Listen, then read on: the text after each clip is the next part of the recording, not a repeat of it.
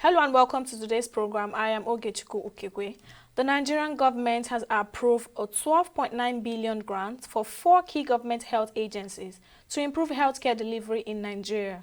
The approval was confirmed at the 8th meeting of the Ministerial Oversight Committee of a Basic Care Health Provision Fund in the Nigerian capital, Abuja. The health agencies include the National Primary Healthcare Development Agency, the National Emergency Medical Service and Ambulance System, the National Health Insurance Authority, and the Nigerian Center for Disease Control and Prevention. They are set to receive the funds, which are allocated under the Basic Healthcare Provision Fund for the fourth quarter of 2024. The allocation is in line with the current PHCPF guidelines and the ongoing reforms in the health sector, according to the committee responsible for monitoring funds, allocating and ensuring transparency. The Institute of Human Virology Nigeria says it is leading a research project to develop a vaccine targeting the specific HIV strains found in West Africa.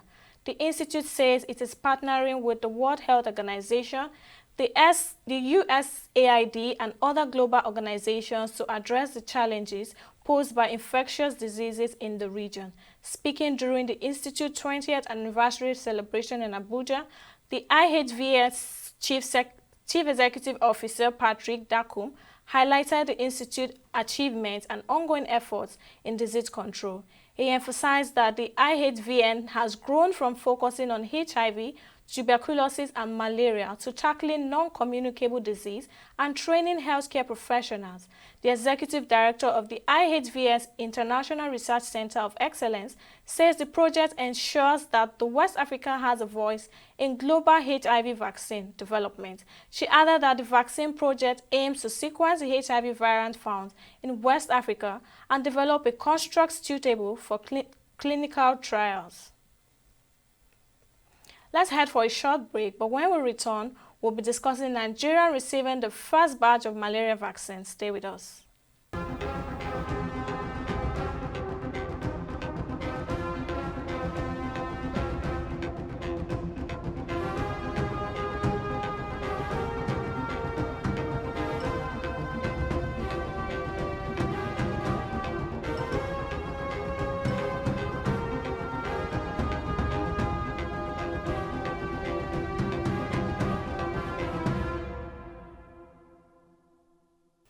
Welcome back.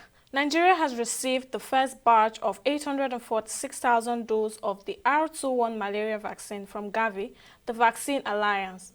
The official launch of the vaccine was attended by officials of the Ministry of Health, the National Primary Health Care Development Agency, Development Partners Minister of Health, Ali Pate, also described the arrival of the vaccine as a significant milestone in the government's effort to eliminate malaria in the country.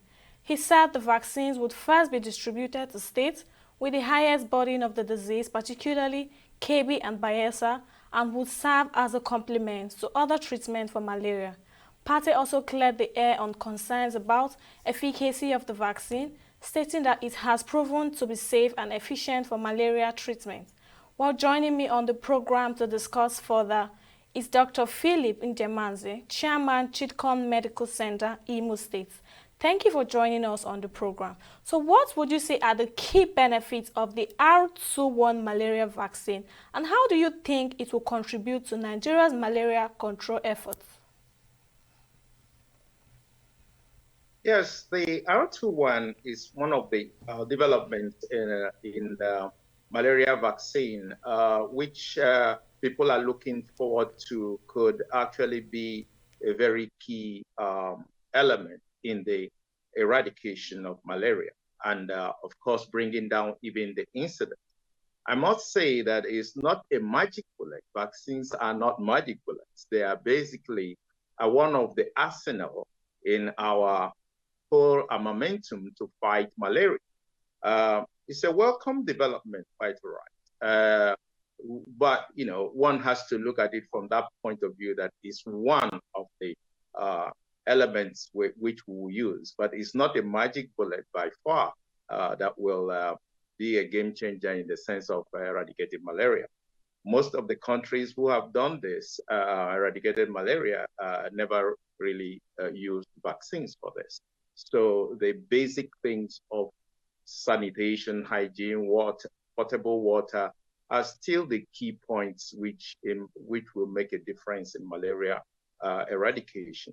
However, the added momentum of a vaccine could help for a limited focused group, especially those under 5.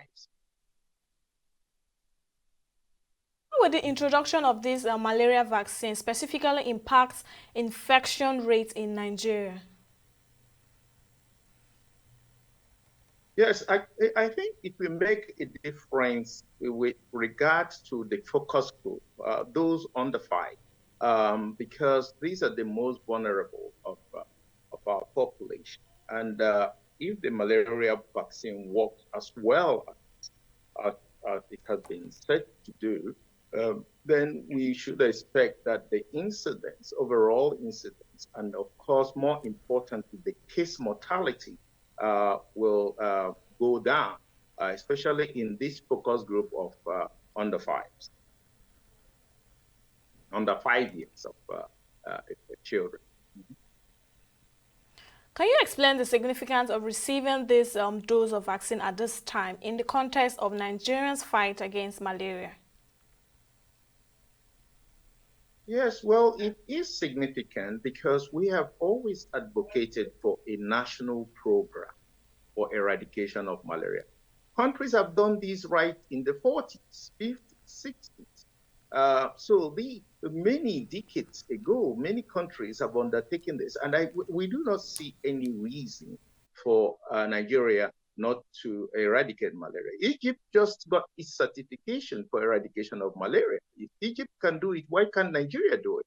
So it is possible to do. Even given what we have so far, we can do it. What could happen is that going forward, the vaccine could be used for a very target group, as I said, those who are 5 years and under children.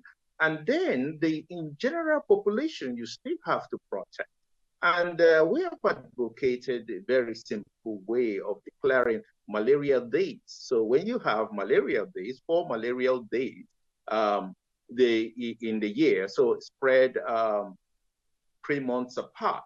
So what happens is that if everybody was to take the highly active testamine combination therapies, if we were to take that and everybody in the country takes it at the same time, what it means is that at any particular point in time, we will have in the host organism, that is the humans, we will have the least amount of Plasmodium falciparum. So since the mosquito will still bite you, but it will not have any parasite to transmit.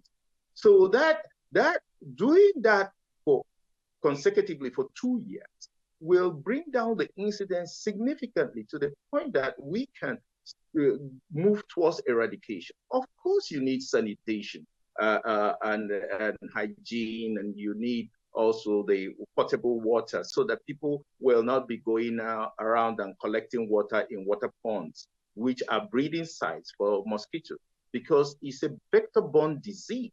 So you really have to get rid of all those sites where the vector breeds. So these breeding sites, you have to get rid of them in the environment. We have to reintroduce prophylactic measures. We have sanitary inspections in communities, cleaning of streets and gutters. So we really have to do the fundamentals of sanitation and hygiene. So if we do this, and then added with this armamentarium of having a vaccine for the target most vulnerable group, I think we will go a long way to eradicate malaria. It is possible to do in Nigeria. The only thing is that we have to have get our politicians to get the political will to do that and mobilize the people to do this. It's possible. So how does this R2 vaccine fit into the broader malaria control strategy in Nigeria? Yes, personally, I feel that the R21 is much better option than the RTS malaria vaccine. because earlier studies suggested that the RTSS vaccine would have the maximum effectiveness within 4 years period. You will have a very big rise in as much as 10 times in cerebral meningitis. You will have cerebral malaria. You will have if you monitor the death rates, you will see that there is an unusual skewed deaths among girl child. So it was not a good option. So I think the present vaccine, we also call it Matrix M vaccine, is much better profile of a safety profile than the RTS. So its integration might be much, much more acceptable. But the underlying thing was that we must observe the basics of medical ethics. That means we must give parental consent. And it must be informed consent. We must inform the parents, we want to vaccinate your child, and this is what we are going to do. This is how we are going to do it. These are the side effects. You are going to have fever. You are going to have pain at the site of injection. You might even have diarrhea or any of these effects. But these are not very major issues, but it can be combated and dealt with. So we must always, even though we are doing a good thing in quote, we must always keep the medical ethics in place. And there was a lot of concern in using the RTS because we have meningitis, cerebral meningitis endemic, especially in northern Nigeria. So if you were to use it there, the risk of accentuating the incidence of cerebral meningitis was there. So I hope that the authorities have taken cognizance of that and then moved away from that vaccine and now to the R21 vaccine or R21. So I think going forward, it will be useful, but we need to have a national program for eradication of malaria. We must have that national program. And when I underscore that issue of national. We should not always hinge our health policies on what WHO is doing or what other nations are doing. We must have our own indigenous efforts. We did this with the hand washing program that decreased child mortality significantly in the 70s. So we can do it again, even with malaria. So I think we need our own indigenous programs for malaria eradication. In your opinion, do you think the vaccine is safe for every individual, especially for pregnant women and lactating mothers? No, I think it was not designed for lactating mothers. In this, the experience is very little in terms of we have not accumulated enough data in this regard. This was designed for giving children between 5 and 17 months, and all the trials were within this range. So I think it would be stretching out too much if we were to start giving it to lactating mothers and pregnant women. I think we shouldn't do that at this time because we don't have enough experience with it. Okay. So what strategies do you think are being implemented to educate the public about the vaccines and address concerns regarding safety and effectiveness? Yes, I think that should be done. Not a lot of that. I have not seen a lot of that being done. That should be done. People should be called to town hall meetings. The churches could be used for better education. And as far as you present to the Nigerian people that they have the right to refuse, even if it's a very good thing, that consent is the underlying issue. So yes, we want to give you a vaccine and it can help save your life, but you have the right to say no or yes. So this is very, very important. And once we can present the issues as something that people can choose or not choose, then they have better confidence. It's when we have mandates, all the so-called vaccine mandates, and tell people you must do this or you must do that, then that's when the problem breaks out, when there is a, a, a an issue with parental consent. That's when people get suspicious, and then there are issues of where maybe there is a safety issue or something they don't want us to know. But if it is open and people have the right to know and ask their questions and have the right to reject, then it's always understood that many people might choose to take the vaccine. Considering the goal of distributing 1 million doses, what plans do you think are put in place to ensure a steady supply of the vaccines, and how can we ensure it reaches vulnerable populations?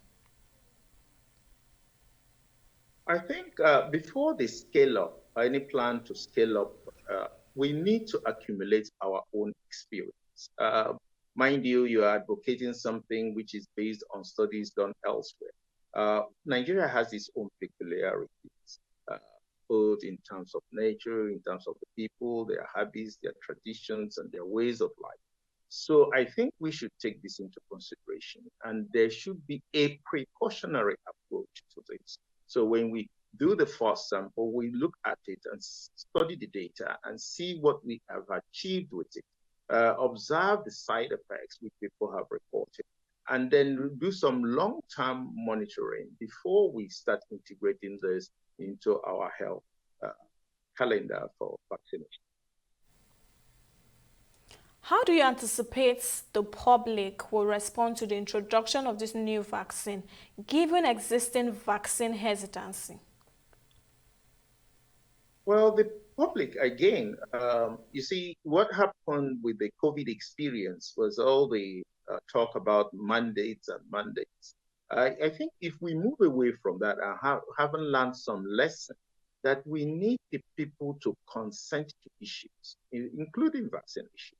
So once we go to that, I think there will be better acceptance. It's when you start mandating things and making it compulsory and then not informing people, that's when the problem comes up and people start getting suspicious. And Nigerians are very clever people. They will start getting suspicious, and then you have the vaccine hesitancy. I think we should take a new approach in this. You explain things to people, open it to the normal medical ethics of parental consent. And then I think you will see that most of the resistance will go down with time. How does Nigeria's partnership with Gavi influence the country's healthcare initiative and access to vaccines? Yeah, actually, though, it's good to partner with international organizations and like Gavi and other ones. I think it's not a good strategy for our health system to be based outsourced to organizations like Gavi or any other international. We should have our own indigenous vaccine production system. The R21 is coming from India. Yes, the India is a third world country. They are very much close to what we were just a few years. They were just like us a few years ago. So we can create our own indigenous vaccine production, and because vaccine is national security, there's no way of looking at it. It's a health national security, and we cannot outsource it to any international organization. That would be the wrong policy. What challenges do you foresee in implementing this vaccination program, and how can these challenges be addressed? Yeah, the vaccination program, just like every other thing, we need logistics. Okay. And if the people moving around the vaccine don't have a cold chain and they don't have the vehicles, they don't have the electricity to store these things, then you really have that there will be a break in the distribution of theirs. So I think the government should have these things in place, and we should stop the fire brigade approach. When anything comes up, we now start looking for means to do it. This thing should be standard things so that we have the cold chain all the way from wherever it's landing to the time we are going to deliver it at the point of service. So I think we really need to rethink the way we handle these issues in terms of national policy, so that these things should be in place, which should be in place. Well, Dr. Philip Njemanze, Chairman, Chidcon Medical Center, Imo State, thank you for lending your thought on the program. And that brings us to the end of today's episode. Thank you for watching. See you next time.